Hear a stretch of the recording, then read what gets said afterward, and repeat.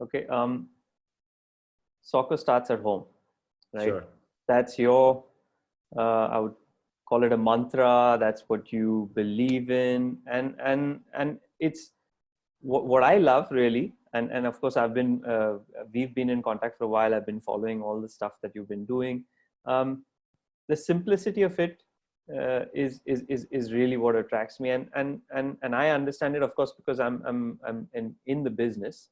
But tell us a little bit about it, and sort of how did that evolve, Sure. and where it's at now. I know you have multiple things going on with the MLS in the US now, but I'd leave it up to you to really just give us a brief insight on that. Sure. Well, it really starts kind of where I just left off about whether it was doing those Nestle clinics or doing the TV show. And then I was very instrumental in bringing over the work of the Dutchman, Will Curver. And I started a very big, successful commercial football school business here in Japan. I spun out of it about 10 years ago, but it's massive here. Over 120 full-time schools, 200 full-time staff, 20,000 kids. Most national team players, both on the men's and the women's side, have somehow connected to our program. So it had a tremendous effort. So the point is that I decided to focus on technical skill development. So I'm purely a technical coach. I do have experience coaching teams and things, but my main thing is technique. And what a technical coach is, I exist to try to improve the individual players, not so much team performance, but individual players. So what happened was I was doing an event one day for Adidas, and not this exact ball, but I've got some of them around. I was doing an event, and because of my media presence, I was casted on Japan's #1 TV show for kids for 14 years. I did over 3,000 appearances on this TV show. Wow. So I became a household name in youth development amongst all kids back in the, from 1998 until around 2012 or 13, right? So basically what happened, I was doing an event and Adidas asked me to sign autographs to give away to just a bunch of kids at the end. And while I was literally holding the ball, and I've got a pen here, and I was signing the autographs, my first son had just started walking. And I thought, small ball, small foot. So I asked the Adidas guys to send me a couple of these balls. I thought he could play with them. And they sent me a huge box, came to my house, 20 balls. So I put a ball in every room of the house. And because I'm a technical coach, I discouraged him from kicking it. And I encouraged him to just kind of what we call ball manipulation, ball mastery, because I just knew the importance of keeping the ball close. And then I became really, really obsessed with development. I started studying and wondering why out of 211 FIFA member association countries, only 8 have won a World Cup. Uruguay, Argentina, Brazil, Germany, Italy, Spain, France, and England.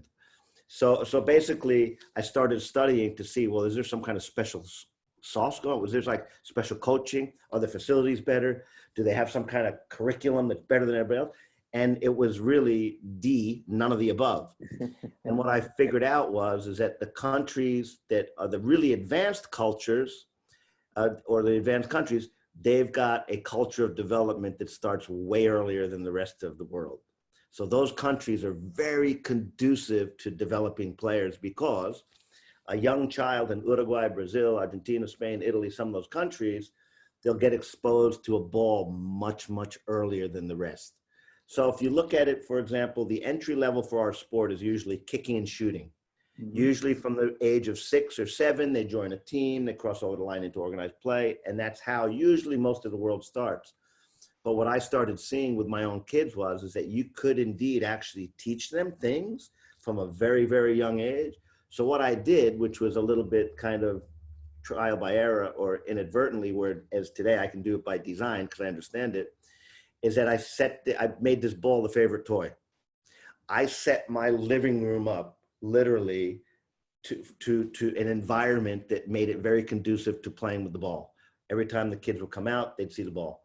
And that I documented because the iPhone had just come out too. So I started documenting. But the biggest breakthrough for me, because there's many breakthroughs that I had, is that although I could see that it was working with my child, became very interested, could do things, was imitating, but I couldn't understand the science behind why everything was working so well until I've got my props here.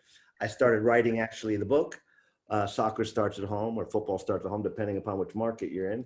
And I was approached by a fellow by the name of Dr. John Rady from Harvard Medical School, one of the foremost neuropsychiatrists in the world. And he took an interest in my work, and he even wrote the forward. We've got the forward and the afterword is written by Dr. John Rady.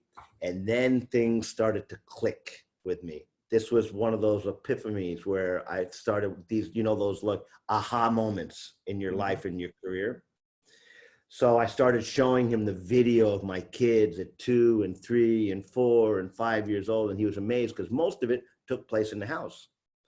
So when I started understanding the science behind it, that's when it all came together. And that's where I just was convinced that the most important part for a child's development is the entry level.